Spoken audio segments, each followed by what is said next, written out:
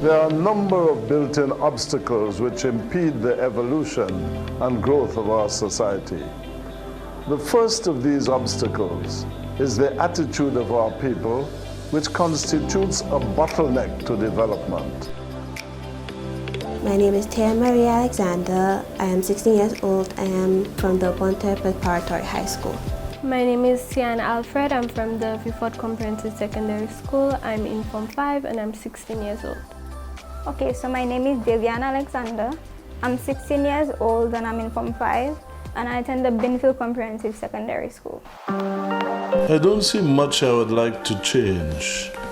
I don't see much. I have made a lot of awkward decisions along the way, some which might have been just wrong or wrong-headed, but I felt that I stuck to my guns at all times. In my essay, I wrote about where he came from, his background. The greatness of George Odlum is a summative blanket statement. Although his career was fraught with political losses and he was quite often outmaneuvered by opponents, his driving force of service and his vision of the Caribbean as a strong, integrated region made him a national hero.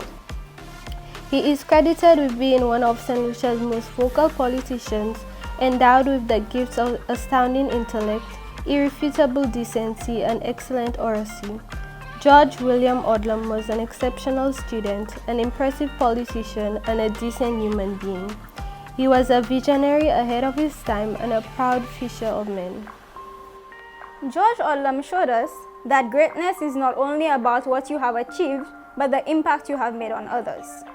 Brother George, as he was affectionately called by his colleagues, was a man who was down to earth and cared about the well-being of the people with a compassion rivaling that of Sir John Compton. He never forgot his roots and the struggles he endured. As a government, we have failed to excite and energize our people to take into their hands the responsibility of being the engine for growth in our society. He's a really good speaker. He's very vocal. And I'm like, wow, wish that could be me. What I found most fascinating was how he was able to intertwine literature and politics and execute it in a way that made him a very eloquent orator and very influential to people. Our government must prime the pump, but our people must also respond creatively and productively to these incentives. What I found most fascinating about him was that he was somebody who was not afraid to voice his opinion. He wasn't afraid to stand out and just be different. If he believed in something, he would let you know it, and he would let you know if something you're doing is wrong. There's nothing I've actually done in public life that I regret seriously, because so far I've done it all from the purest of convictions, and that it gives me an almost rarefied feeling. Most might argue that his controversiality was a bad thing, but I took it for a good thing because no politician can be an angel. So I found that his defiance and his resolute attitudes in his beliefs was admirable, so I took it on a positive approach.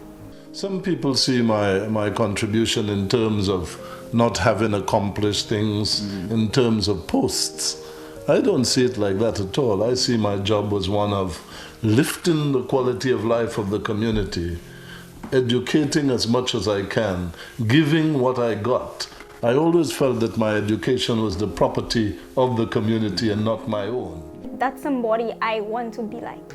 Because I love politics, like I said. And I always tease and say I want to be the first female prime minister.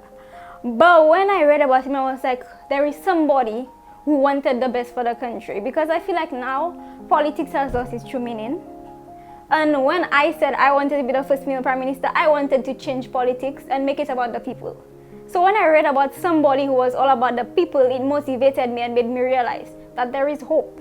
That there was somebody who wanted the same things. So if he could do it, what's stopping me? If we fail to motivate our people to produce efficiently, then we will fall out of the global race for development.